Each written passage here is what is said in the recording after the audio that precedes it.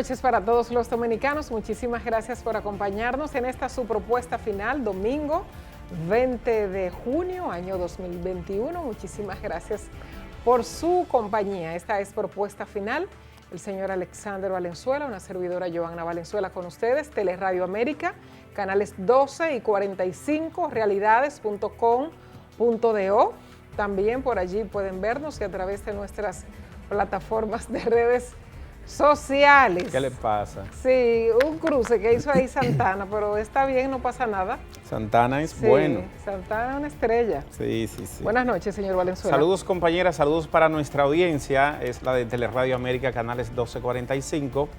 Qué bueno, gracias a ustedes por la audiencia cada domingo a esta hora, 9 de la noche, un contenido súper interesante. Como siempre, lo trabajamos para compartirlo con ustedes. Estoy contento porque el campo está muy verde. Bueno, ha llovido. Sí, el campo en sentido general está verde. En sentido general, sí, aunque aquí en la ciudad hemos tenido durante la semana y aunque ya ha disminuido durante este fin de semana el polvo del Sahara, que es bastante tedioso. Incidió bastante para disminuir las lluvias. Exactamente, y incrementa la sensación de calor. Ha hecho bastante calor en esta semana. Pocas lluvias aquí en el Distrito Nacional durante la semana, aunque el fin de semana hubo algunas precipitaciones, pero en sentido general ya la disminución del polvo del Sahara, esperemos que refresque un poco la situación, aunque para nosotros nunca está fresca las condiciones del tiempo, que han estado bastante intensas con el calor. Así es. Pues la semana marcó sus días.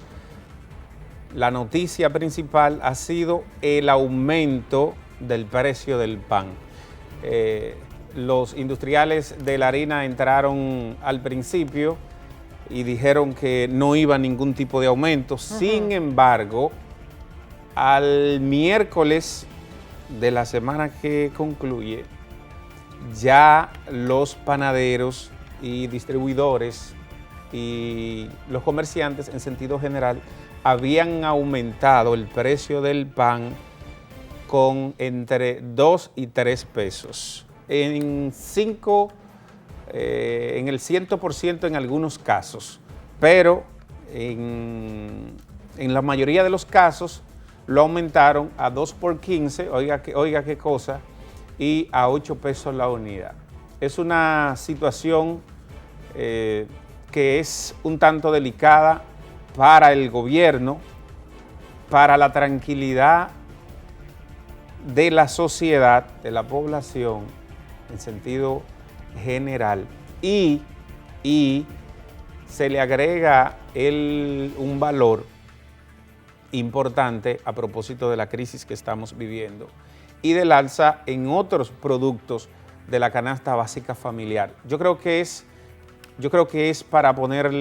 un tema para ponerle atención, que el gobierno tendrá que fijar posición, decir qué ocurre en torno a esto, saber cómo operar, cómo entrar a dar una respuesta con las instituciones que tocan la estabilización de los precios y arribar a cierto acuerdo con los importadores, con los productores, con lo de la materia prima directa, con lo de la harina, los productores, los panaderos y los comerciantes en sentido general. La población está ahí, el aceite está caro, el arroz subió, el huevo de unos 5 pesos lo tenemos a 8 pesos la unidad, la carne de cerdo, el pollo, todo hay una situación, hay una tendencia que de hecho resulta un tanto peligrosa. Juegue con lo que usted quiera con un pueblo, menos con la comida. Cuidado con el hambre. Yo creo que ahí hay que ponerle atención antes que la población empiece a manifestarse de cierta forma, que es innecesario, por lo menos en esta etapa que estamos viviendo, y el gobierno entonces del presidente Luis Abinader debe conjugar esas decisiones y enviar el mensaje correcto al país. Así es, varias respecto al COVID, ¿verdad? Y al Plan Nacional de Vacunación, bastante intensa la la diseminación del plan, especialmente en la zona sur del país, así y en el este. Y en el este, así lo dispuso el gobierno, y la gente que está entusiasmada y ha copado los centros de vacunación y han acudido al llamado de las autoridades y a esos movimientos, ¿verdad? Todos estamos, o el gobierno, todos están a una con que las personas, con que el enfoque sea eso, porque queremos salir de la situación, pero hacía falta como más esa integración por parte del gobierno, y eso es lo que está sucediendo a nivel nacional con el tema de la vacunación. Algunos países que ya van desechando la mascarilla. Veía un video en la semana de Israel de unos niños en una escuela que celebraban la eliminación ya del uso de las mascarillas para ir a tomar su docencia. Japón, creo que desde hoy mismo domingo, Japón ya elimina las restricciones. Recuerde que Japón ese va a ser el centro, ¿no?, de los Juegos Olímpicos 2020, aunque se va a hacer ahora en el 2021, pero mantienen su nombre y que fueron pospuestos por el mismo tema de la pandemia. Creo que España también va a modificar la ley que crearon a principio de este año, 2021, buscando la eliminación del uso de mascarillas en espacios de exterior. Correcto. Es para que veamos, ¿verdad?, lo que va sucediendo y así, cómo va evolucionando todo esto. Y así otros países que van eliminando el uso de la mascarilla y vamos buscando la normalidad, o los que conocemos como normalidad, porque quizás hasta nos cueste llegar a los que éramos antes del COVID-19. Pero a propósito de COVID, y una información que daba el Ministerio de Salud Pública en principio, lo decía el jueves, decía que el 70% de las personas ingresadas en UCIs y que fallecieron afectadas de COVID-19 no estaban vacunadas, o sea, no habían recibido las 2 dosis, y el restante por ciento solo había recibido una dosis. Entonces, lo que quiero decir es, esa observación la hacía el Ministerio de Salud Pública, y bueno, llama la atención que los que no están vacunados efectivamente tienen mayores posibilidades de perder la vida. Pero también a mí me gustaría que me cuenten o que me digan el estado de salud de esas personas afectadas por COVID, cuál era para llegar a una UCI, a una unidad de cuidados intensivos. ¿Cómo era el estado de salud de esas personas? ¿Estaban completamente saludables? ¿No sufrían de nada? ¿Estaban obesos? ¿Sufrían de azúcar? ¿Tenían cardiopatías? ¿Cuál era la situación? Para llegar al punto, y es donde quiero ir, para no extenderme mucho porque he asumido este tema como bandera, el tema de la alimentación, de tener una alimentación sana, una alimentación inteligente, de alimentarse porque necesita los nutrientes de esos productos y no para llenarse.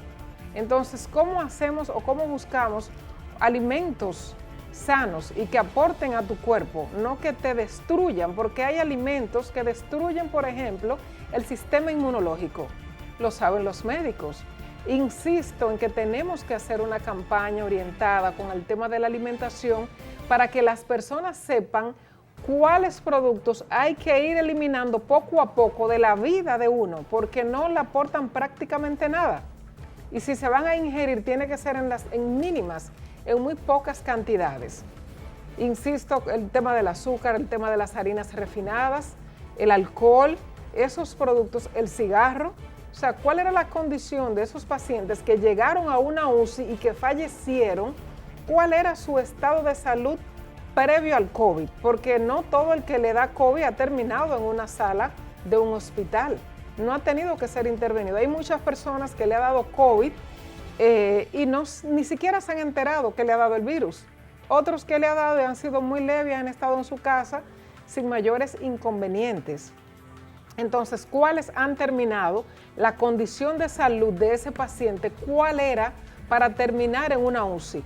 Son datos importantes. Su nivel, su alimentación, ¿cómo está basada? Los macronutrientes, ¿cómo están distribuidos en su alimentación? No es un tema superfluo, ni es un tema de no mucha importancia, porque a veces la política nos lleva como los temas. No, este es un tema que le evita quizás la salud preventiva, que hacemos muy poco por eso.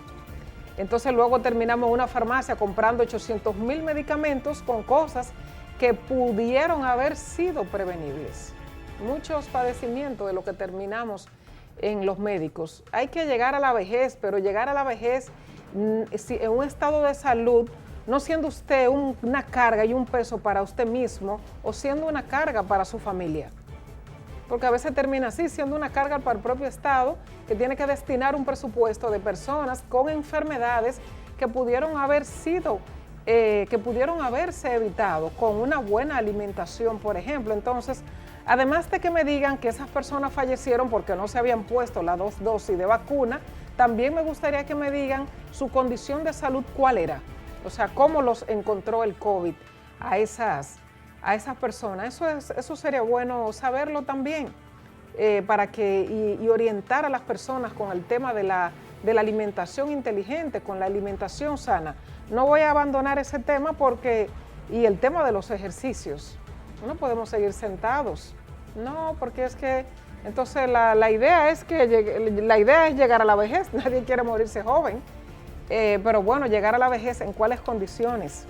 Esa es la situación. Mire, tenemos que hacer la pausa, pero tuve la oportunidad de estar en el tercer encuentro regional que realiza la Junta Central Electoral. En este caso fue en la región Sur 1, usted la conoce muy bien, las 3 provincias principales y sus municipios, dígase San Juan, Azua y Elías Piña, con sus respectivos municipios, todos los secretarios de juntas electorales y los miembros titulares también. El pleno de la Junta Central Electoral, su presidente, el doctor Román Jaques Liranzo, está llevando a cabo estos encuentros que son muy importantes. Estos encuentros tendían a realizarse casi siempre un año antes de los procesos electorales. Entonces, muchas de las peticiones, muchas de las correcciones, de las cosas que hay que hacer para tener un proceso electoral en 2024 con menos dolores de cabeza o solucionando cosas que son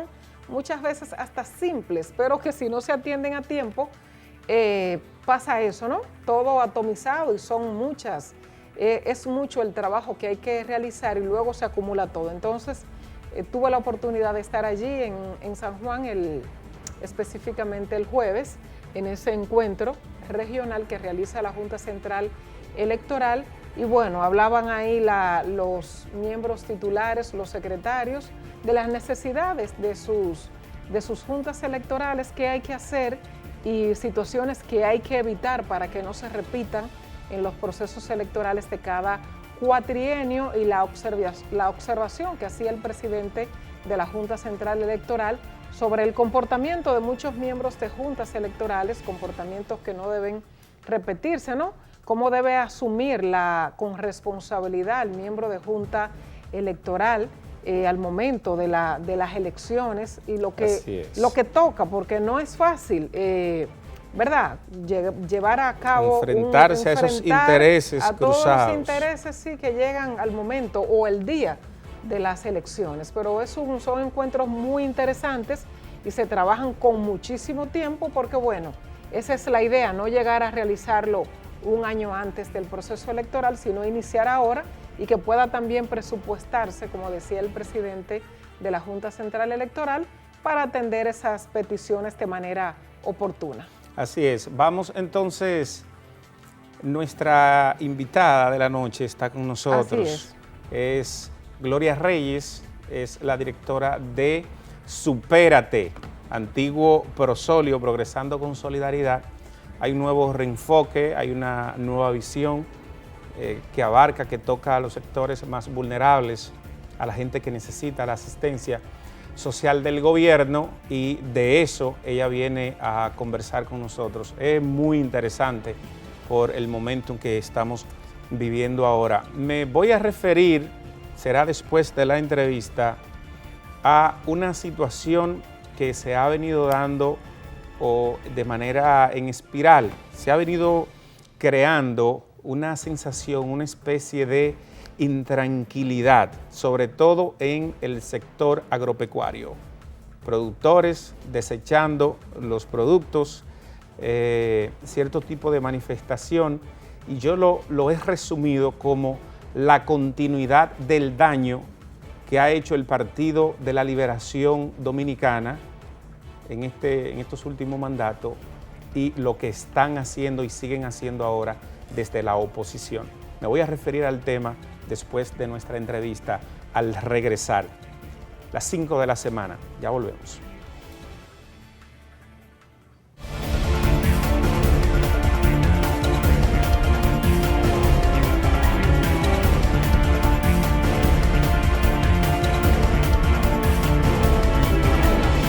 La jueza Kenya Romero envió a prisión preventiva por 1 año a la cárcel de Najayo a Luis Dicen, William Rosario y Eladio Batista, imputados en la Operación 13 sobre un presunto fraude en el sorteo de la Lotería Nacional. Para Rafael Mesa y Miguel Mejía se dictó presentación periódica, mientras que el camarógrafo Edison Manuel Perdomo, presentación periódica, pago de garantía de $500,000 e impedimento de salida. A los demás imputados, Valentina Rosario, Jonathan Brea, Carlos Berigüete, Felipe Santiago Toribio, se le dictó arresto domiciliario y colocación de brazalete electrónico. Desde este fin de semana, la República Dominicana recibió 228.150 dosis de la vacuna Pfizer, que sumado con son 436.410 vacunas disponibles. En total, 9.999.000 son las dosis contratadas por el Estado con Pfizer, un acuerdo que fue ampliado hasta llegar a esta cantidad, una disposición aprobada el mes pasado por la Cámara de Diputados. La Asamblea General de Naciones Unidas ha confirmado este viernes un nuevo mandato del ex primer ministro portugués António Guterres al frente de la organización para los próximos 5 años, de 2022 a 2026. El veterano político socialista era el secretario general de la organización multilateral desde el 2017. Este será el último fin de semana con uso obligatorio de mascarilla en espacio público en España. El jefe de gobierno, Pedro Sánchez, ha anunciado que esta medida contra la pandemia finalizará el próximo 26 de junio. Para finalizar, 2 semanas después de su concierto por HBO Max, Juan Luis Guerra estrenó este fin de semana su disco Entre Mar y Palmeras, que incluye 16 éxitos de su trayectoria artística grabados con el sonido en vivo de 440. Entre los títulos figuran Rosalía, El Farolito, Visa para un Sueño, La Bilirrubina, El Niágara en Bicicleta, Las Avispas, A Pedir Su Mano, Kitipú y Pambiche de Novia.